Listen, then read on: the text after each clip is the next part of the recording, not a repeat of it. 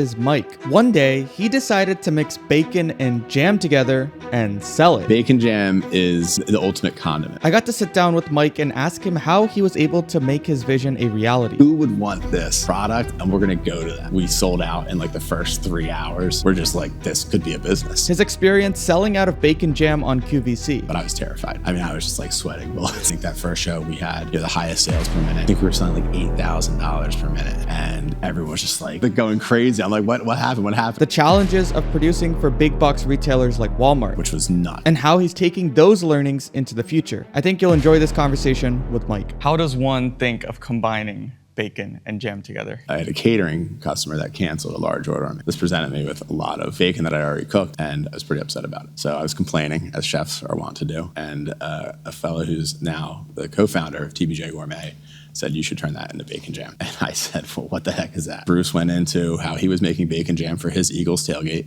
and everybody loved it. He told me he loved it. He told me how to make it.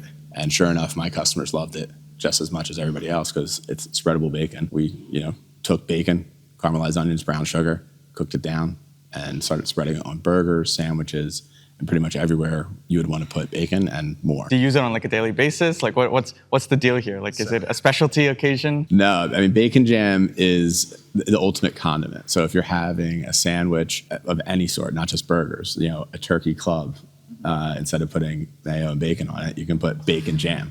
But it's also used as a glaze. One of my favorite things is taking wings out of the oven, tossing them in bacon jam, and then throwing them back in the broiler for like a minute and getting this crispy, gooey bacon glaze over the wings. And then my top favorite, though, the absolute best, which is sort of a special occasion, is topping pan-seared scallops with bacon jam instead of wrapping them in bacon. It's this amazing appetizer, just taking it to the next level. Mike now had a delicious product that he believed in, but needed to actually get the packaging done so he could sell it to customers. So we were hand packing it at the restaurant, and we actually started with a Kickstarter. So we were fortunate to have pre-sale revenue, which was great because it sort of proved the concept. And then we really didn't know what to do from there because it wasn't huge or anything. So we had some excess inventory from what we made for the Kickstarter. We sort of took all the revenue and we made as much product as we could with it. So we had a good amount left over. We packed it all into my little Toyota Matrix, and Bruce and I drove down to the Virginia Beach Bacon Fest. So we just started looking for who would want this product, and we're gonna go to them. And we sold out in like the first 3 hours, and we're just like, this could be a business. We started to look at other events similar to bacon festivals, like car shows, food events, beer festivals, like anywhere where people who like bacon would be, which is like pretty much everywhere, but where they're like ready to try something. So like beer festivals were a great starting point for us. That was all able to be done organically with revenue coming in from sales and just then producing at the restaurant at a scale that was sort of like the scale of a restaurant already. So we were able to, buy bulk bacon, but not not really bulk. But then we saw an opportunity for the Philadelphia Christmas market, which is this big market that runs in Philadelphia, right in Love Park. And it's a traditional German style Christmas market. And I had heard from some friends and colleagues that had side hustles that it was like crazy. But the cost of entry was significant for us, right? How much was it? It was about $5,000 for rent, which wasn't the huge burden. The big burden was figuring out how to staff this thing for 10 hours a day for a month and a half, 7 days a week, right? And over the holidays. Now that they have the product, they needed to get some funding to get it into the stores. So we did go to an angel friend who supported us with a convertible note. And then after they saw the revenue we were able to achieve from that event, they converted the note. But there was one problem with the manufacturing that they ran into. So at that point, we weren't really selling anything wholesale. And we sort of ran into something we didn't know at the time, which is if you make bacon jam the right way, the way we do, with bacon as the main ingredient, that makes it a USDA meat product. So the barrier for that is over 2% of meat in a food product that falls under USDA regulation, which means you have to produce it in a USDA regulated facility and have a USDA establishment number. So this was news to us because we had no idea. So we started getting all these orders or people requesting it for their stores, and we realized we couldn't do it. So we had to figure that out. So we sort of put it on hold until somebody stopped by our bacon jam booth at one of these local markets and said, "Do you want to sell this on TV?" And I said, "Yeah, sure. Like, what's the angle?" And a guy handed me his card from QVC. That sort of changed our perspective, right? So QVC is interested in bacon jam, knowing we have to now be USDA certified. How do we do this? And that's when we sort of really started to understand what scaling would be like. From the point where Dan Hughes, who was a longtime host on QVC, handed me his card and got the ball rolling, to being able to be at the point that we could fulfill a QVC order, was about a year. So we went back. They were still interested. But Mike quickly realized that doing QVC is no easy task. Experience was fantastic. So essentially, you go through a training program, a class to understand how they do business, how they present. They don't want you going on there and being like an infomercial, right? It's a very personal experience between the host, the guest, the product, the brand, and the viewer and the customer. So it was a fantastic experience, like going through that, learning how they do business, also up until going on air, which turned out to be awesome. But I was terrified. I mean, I was just like sweating bullets. And so we were in the green room with amazing, well-established brands and products, and like no idea. We had produced all this product for this run because you have to be ready to meet their expectations yet, and then you have to be able to ship everything out within 48 hours, and it's a big undertaking. So there was a lot of pressure, but we wound up doing very well. I think that first show we had the highest sales per minute out of anyone else. I think we were selling like $8,000 per minute of bacon jam. So we wound up doing a massive volume, everything that we had produced, and then there was back orders. Came back, and I'm on set having no idea what's going on, even though they're in my ear saying like, all right, like we're extending the time a few more minutes because we're getting close to the sellout. But I don't none of it registers, right? So I get back to the green room, and my girlfriend, who's now my wife, was in there with the TBJ Gourmet team, and everyone was just like going crazy. I'm like, what happened? What happened? And then we started to look at the numbers, and it was a great feeling to know that the response, up until that point, everyone that had bought a jar of our bacon jam had tasted it first. It was at the Philadelphia Christmas Village. It was at a beer festival. We were giving out samples.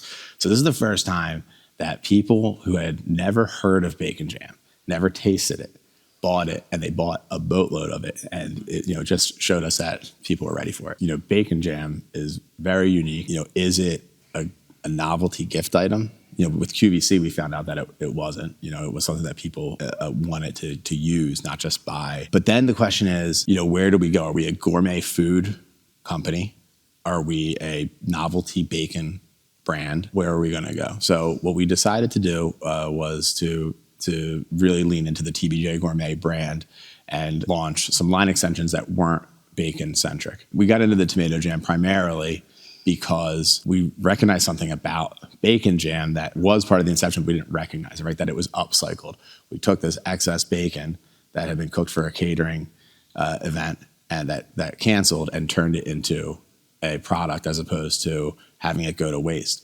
And then in the effort to keep our cost of goods low, we started to buy bacon ends and pieces, which at the time there wasn't a huge demand for and would often go to waste. We had been upcycling this whole time. We started to move into other products that could be upcycled or support the upcycling movement, and that was our tomato jam line. But creating new product lines was not an easy task. Our biggest challenge with line extensions, not just with bacon jam flavor profiles or other products that weren't bacon jam, was co-packing, right? So we got into third-party co-packing, getting into Walmart, we required, and QVC also, but those scaled customers required us to go to larger manufacturers. And we essentially then pigeonholed ourselves into not being able to spin off new things that were more experimental. Key element of our line extensions was this entry into Walmart. So at the time, our entire customer base was either direct to consumer or independent specialty stores. And our very first chain grocery account was Walmart, which was nuts. Like going from, all these independent, really high-end specialty stores, gift stores at the shore, and small independent groceries, to Walmart. We needed to respect our original customer base, so we spun up a premier line of bacon jams called the Boar's Reserve, which had more upscale ingredients, They're a little less cost effective than our standard line, which had already scaled. While we use the same quality bacon, we use the same ratios of bacon. It's still bacon is the main ingredient in all of them. We created a specialty line that had maple syrup in it, real honey in one, fresh habanero peppers and such. That sort of just took a really high end quality product and just took it to a little bit more culinary forward note, and that was definitely appreciated by our independent customers. In the beginning, outside of my business partner and co-founder, my brothers both work for the company, either doing events, working warehouse, social media. My mother's been a part of the TBJ Gourmet team and is now integral in the Feast team. But that has evolved, right? Nothing against family-run businesses, but at some point, close-knit people have different visions and want to do their own things, and you need to professionalize. I myself needed to professionalize, going from sort of a salty short order cook in a restaurant that I started when I was 23 to running a large national brand was a big transformation, and the team sort of had to transform with that. Certainly, I did not imagine being in CPG food brand as a youngster. I didn't even see myself being in food long term. It was in my family, you would go work in a restaurant when you were 13, 14 years old. Was it a family restaurant? No, but it was just a very common thing. My great-grandfather was a chef. My dad was a chef. Everybody waited tables or bartended. It was just like a known thing that as you're growing, it's a great experience, right? Because you're dealing with people.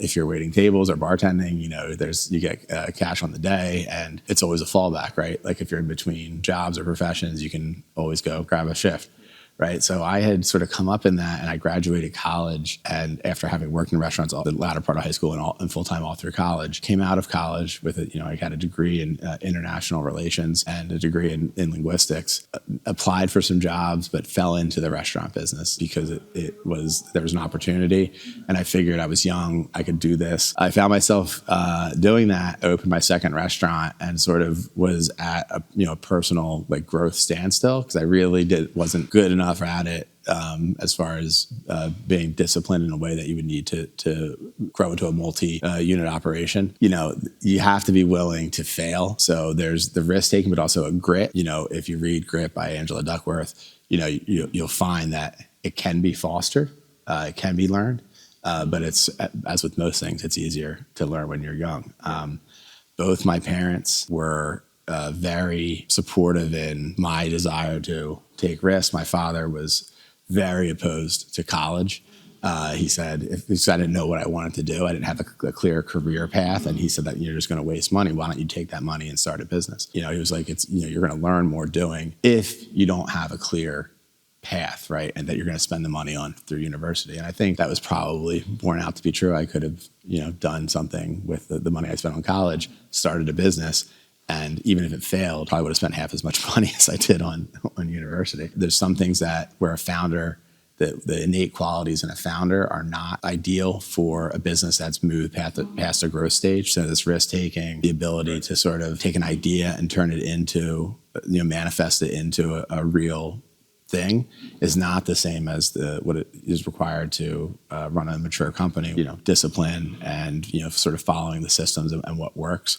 So sometimes there's a conflict within me about that. Mike is now taking his learnings from his many years of making bacon jam and all his other products and is opening up Feast Foodworks. They're offering manufacturing, logistics, and marketing services to food brands. Anyone who has whether it's a CPG food brand or a food service food brand will tell you that there is an inherent issue with going to co-packers, so third-party manufacturers. Some of these are just inherent in the fact that you're dealing with a company typically that's much larger than you, unless you're an established brand that's using them for one item or something like that. And some of them are just because you don't have control. So it became clear early on that not having control of production meant that we couldn't execute line extensions, variance in flavor profiles, right? So if something came out a little bit out of spec, we had to make really tough decisions like, should we sell that?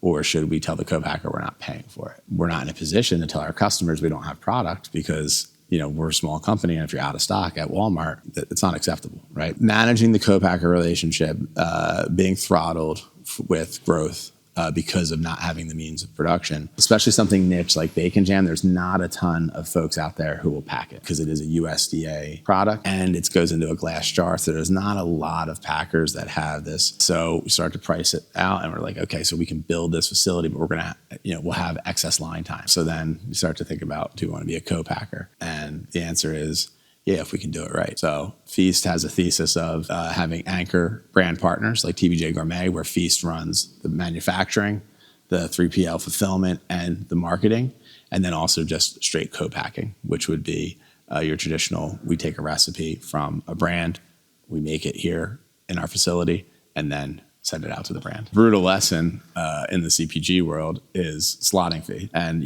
having something that I'd never heard of going into this. For the most part in conventional grocery stores, if you want shelf space, you have to pay for it. And this is something that when we started going to the fancy food show and going into educational programs with the Specialty Food Association, that sort of hit us like a ton of bricks. So fortunately, in those educational courses that were provided by the Specialty Food Association, but some people don't know until they're actually like going to ship product out. It's like, oh yeah, all these are free. You're going to give us 2 cases per SKU per store, and we're going to bill you back at what the customer is going to pay, not what your cost of goods are. Yeah. And that's a huge burden.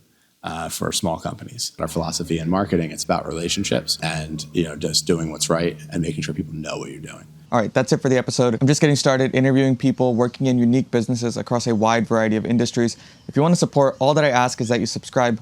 Hope you liked it. Thanks a lot.